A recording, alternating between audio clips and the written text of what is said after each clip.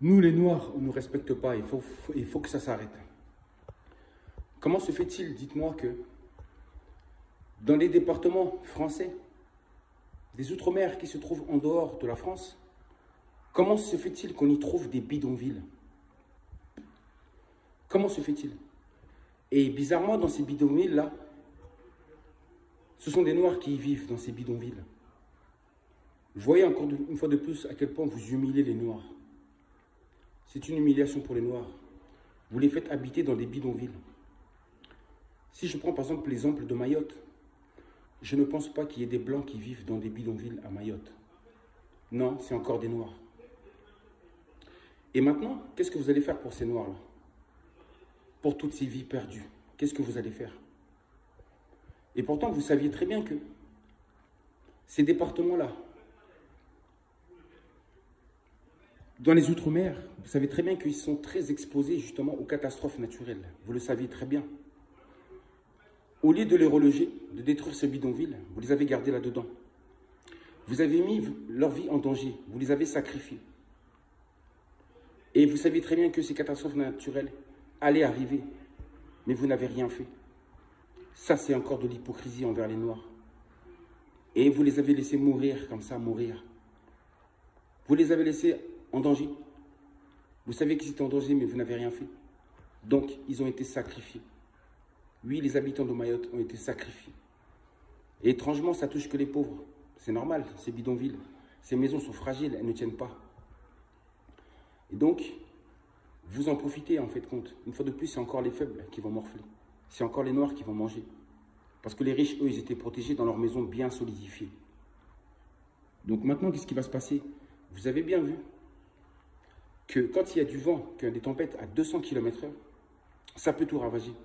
Ça peut aussi toucher vos maisons qui se croient être solides. Regardez comment les hôpitaux ont été inondés. Donc, tout ce que je ne souhaite pas pour vous, c'est que vous subissiez la même chose. Que la même chose vienne ici dans vos terres. C'est tout ce que je voulais dire en vérité. C'est tout ce que je voulais dire. Je ne vais pas aller plus loin. Voilà, on ne va pas en faire trop.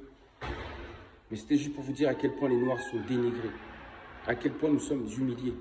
À quel point nous sommes rabaissés. Et vous n'allez rien faire du tout pour les sauver. Vous n'allez rien faire. Parce que le pire est déjà arrivé. Qu'est-ce que vous allez faire? Reconstruire. S'ils reconstruisent, sachez-le, ce sera uniquement pour leur intérêt. Mais pas pour le bien-être de ces Noirs qui s'y trouvent. Vous allez dire, oh, les Noirs pleurent toujours sur leur sort. Mais ça, c'est la vérité. Des bidonvilles, des bidonvilles. Vous imaginez quelle humiliation pour les Noirs. Quelle humiliation pour les Noirs. Les Blancs qui vivent à Mayotte, là-bas, ils vivent très bien. Ils ne vivent pas dans les bidonvilles. Mais étrangement, encore une fois de plus, ce sont les Noirs qui vivent dans les bidonvilles. Et ça, c'est la vérité. Donc, sachez-le, que ces Noirs-là, que vous considérez comme des esclaves, ont été sacrifiés une fois de plus. Le peuple noir a été encore une fois de plus, été sacrifié. Oui, sacrifié. Après Mayotte, ça sera le tour de qui? La Réunion, Guyane, etc., etc. Les îles sont en danger. Oui, elles sont en danger. Mais qu'est-ce que vous faites pour ces Noirs-là? Délogez-les, respectez-les. Arrêtez de les humilier. Arrêtez de les rabaisser. Parce que regardez la destruction qu'il y a eu à Mayotte. Franchement, combien de temps il faudra pour rétablir tout ça? Combien de temps? En réalité, les hommes politiques de l'Occident, de la France, ne pleurent pas les morts. Ils pleurent leur intérêt. Ils pleurent leur intérêt. Et s'ils rebâtissent, ils rebâtiront uniquement leur intérêt. C'est triste, mais c'est comme ça. C'est la vérité. Il faut respecter le peuple noir. Il faut nous respecter.